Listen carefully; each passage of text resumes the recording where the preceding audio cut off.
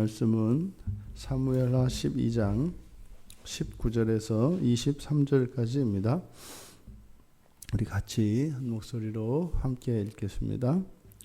다윗이 그의 신하들이 서로 수군거리는 것을 보고 그 아이가 죽은 줄을 다윗이 깨닫고 그의 신하들에게 묻되 아이가 죽었느냐 하니 대답하되 죽었나이다 하는지라.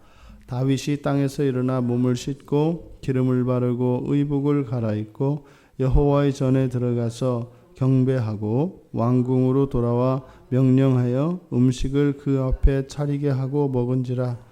그의 신하들이 그에게 이르되 아이가 살았을 때에는 그를 위하여 금식하고 우시더니 죽은 후에는 일어나서 잡수시니 이 일이 어찌 됨이니까 하니 이르되 아이가 살았을 때에 내가 금식하고 운 것은 혹시 여호와께서 나를 불쌍히 여기사 아이를 살려주실는지 누가 알까 생각함이거니와 지금은 죽었으니 내가 어찌 금식하랴.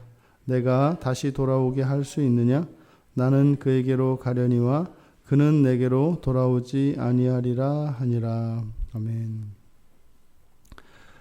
다윗이 신하들이 수군거리는 것을 보고 심상치 않았죠. 그리고 이제 느낌으로 알 수 있지 않습니까? 그래서 자신의 그 아이가 죽었다라고 하는 것을 알게 되었고 물어서 확인을 했습니다. 그리고 나서 다윗의 행동이 참 이해하기 좀 어렵습니다.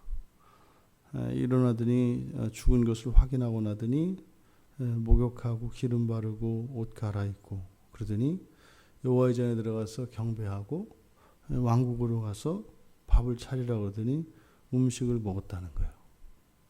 우리가 일반적으로 생각을 하면 지금 다윗이 그 아들이 심한 병에 걸려서 시름시름 앓을 때에 일주일을 금식하고 철야 기도를 했단 말이죠. 그러면요, 그 아들에 대한 사랑과 또 그 슬픔이 굉장히 컸던 것을 알 수가 있습니다.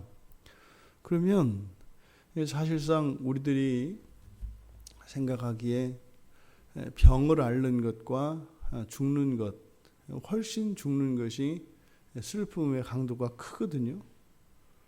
그러면 아플 때도 이렇게 했던 다윗이라면 뭐 기절을 하든지 아니면은 머리에 재를 뿌리고 옷을 찢고 이렇게 나오는 게 일반적인 상황입니다.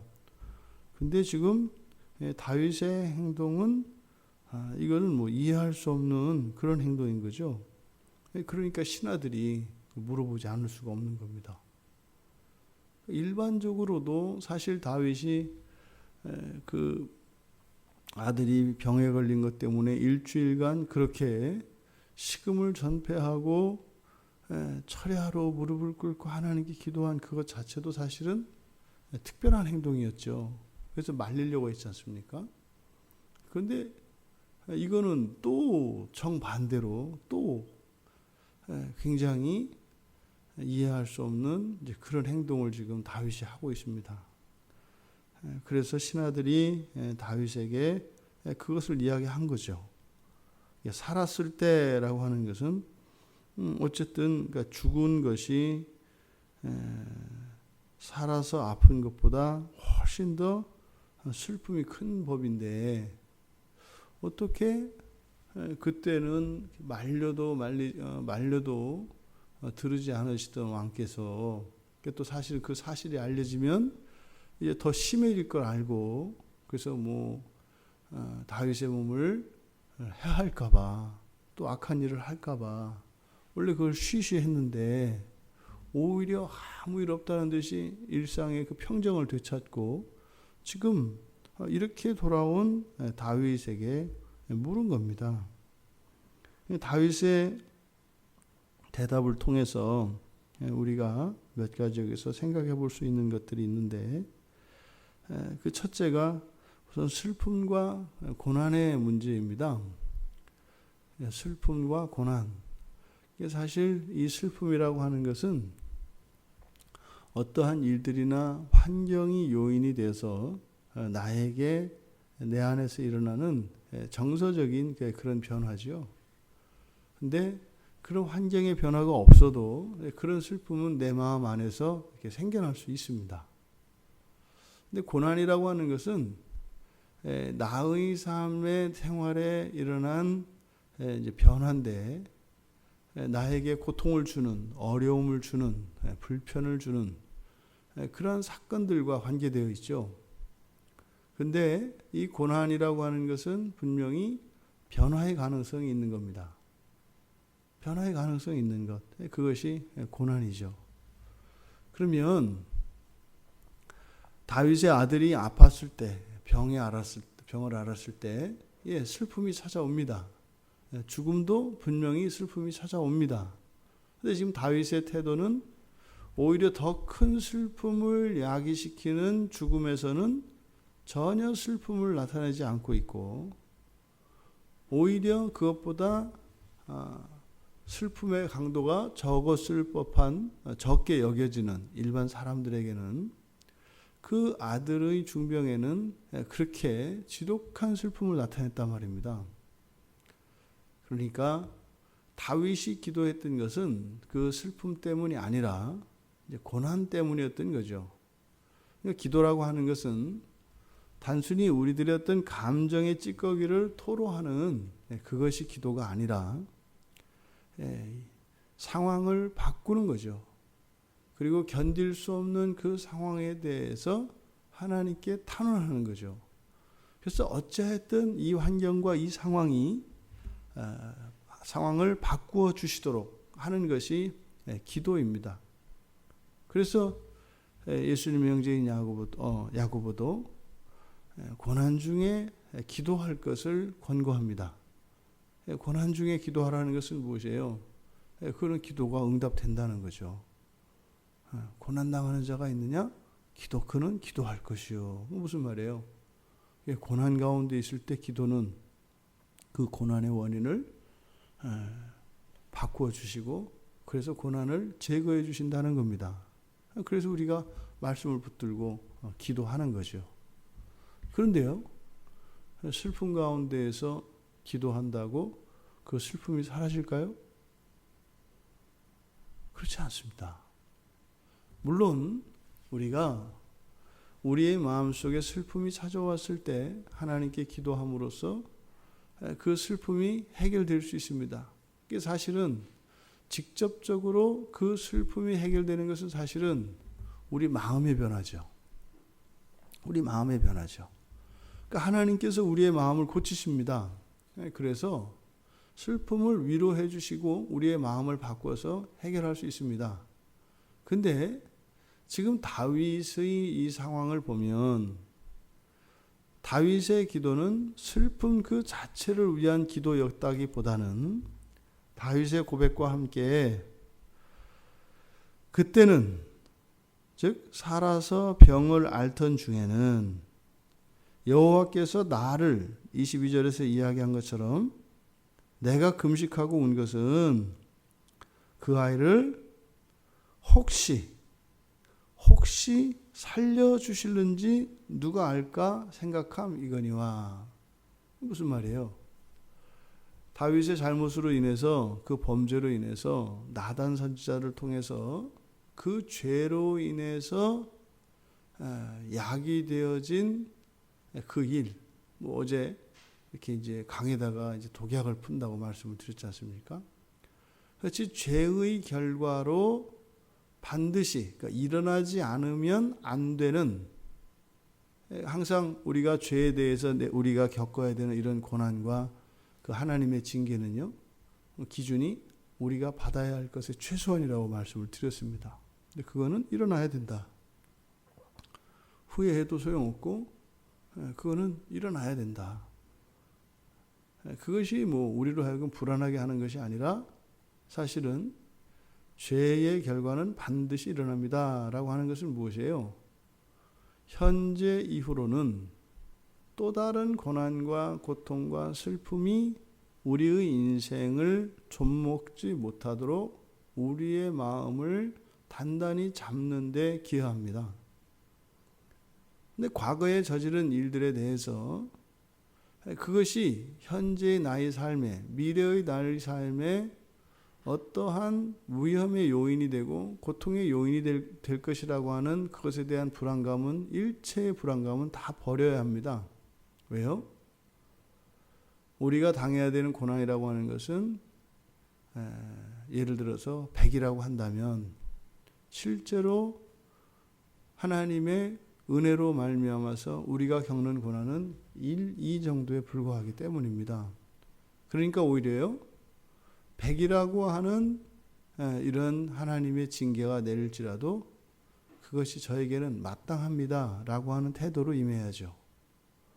그랬을 때 그 고난이 도저히 견딜 수 없는 그런 것이 아니라 그것이 오히려 하나님께 대한 감사가 되고, 오히려 그 고난 가운데에서도 마음의 평화를 찾을 수가 있는 겁니다. 힘들죠. 하지만 마음의 평화는 사라지지 않죠. 그게 지금 바로 여기 다윗에게서 보이는 겁니다.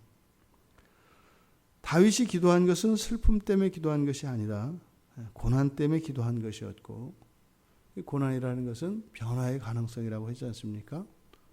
아직 그 아들이 죽을 것이라고 나단 선지자를 통하여 하나님의 말씀이 선포되었지만 아직 죽지 않았으니까 끝까지 소망을 놓지 않고, 혹시라는 것은 뭐예요?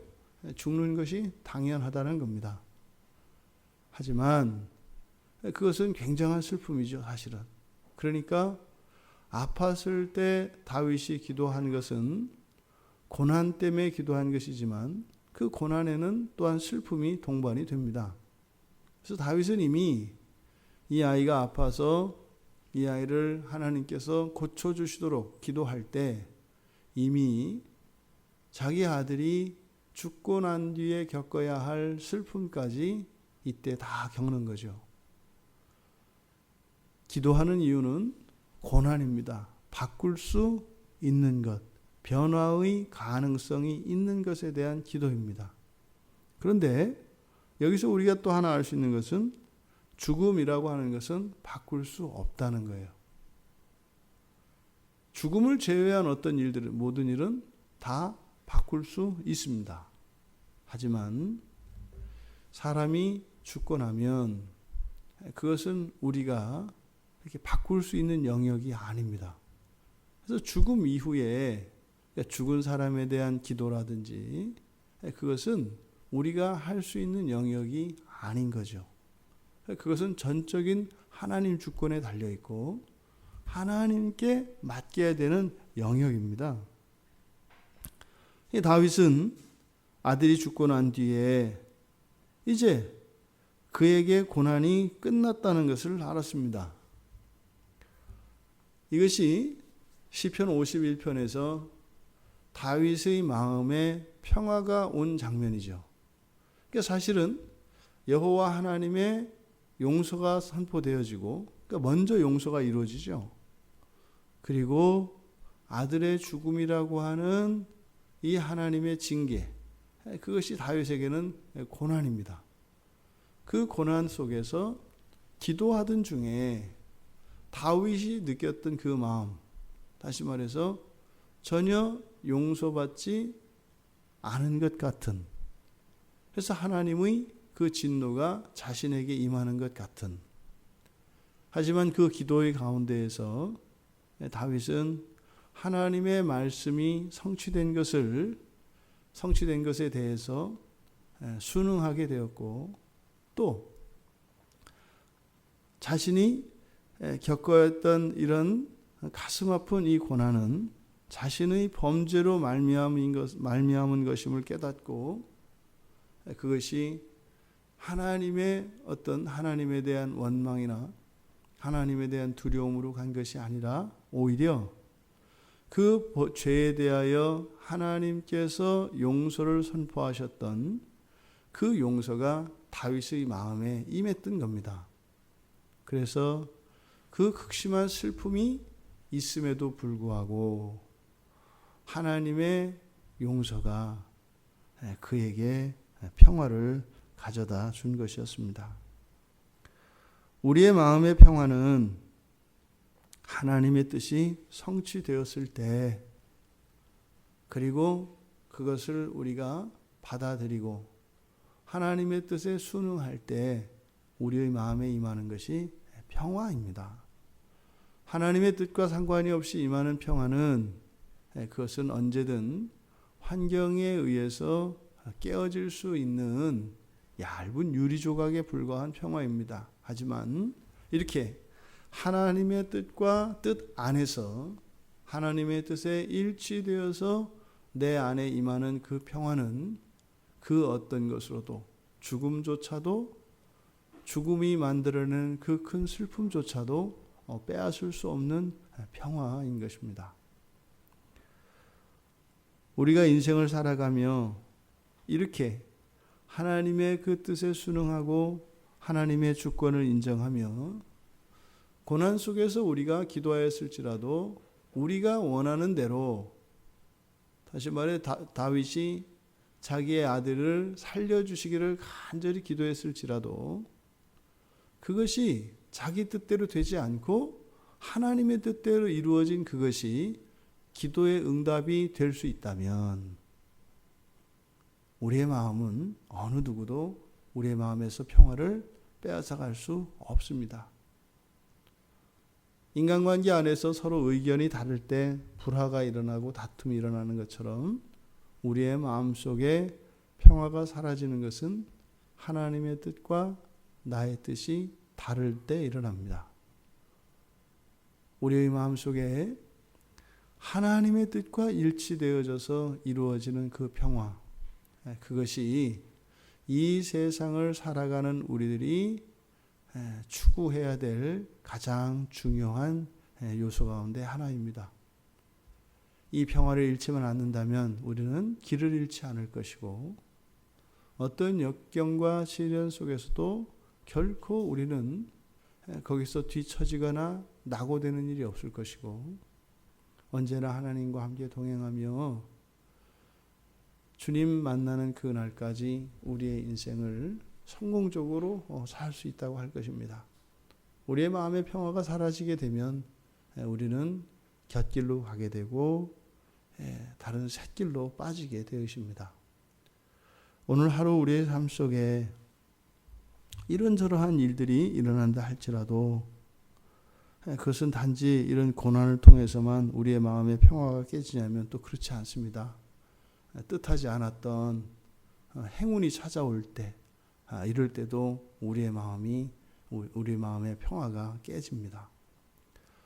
무엇보다 우리의 마음에 평화를 빼앗기지 않고 늘 하나님이 주시는, 하나님과 함께 동행하는 거룩한 신자들이 누릴 수 있는 그 평화가 우리의 평생 내내 또 오늘 우리 하루의 삶 가운데 충만히 임하기를 주님의 이름으로 축원합니다. 하나님, 사랑하는 아들의 죽음 앞에서도 그의 마음이 슬픔에 잠식되지 않았던 것은 하나님께서 평화를 주셨기 때문이었습니다. 하나님이 주신 평화는 하나님의 주권을 인정하고 또한 하나님의 그 뜻에 순응할 때 저희들의 마음에 임하는 것임을 보게 되었습니다.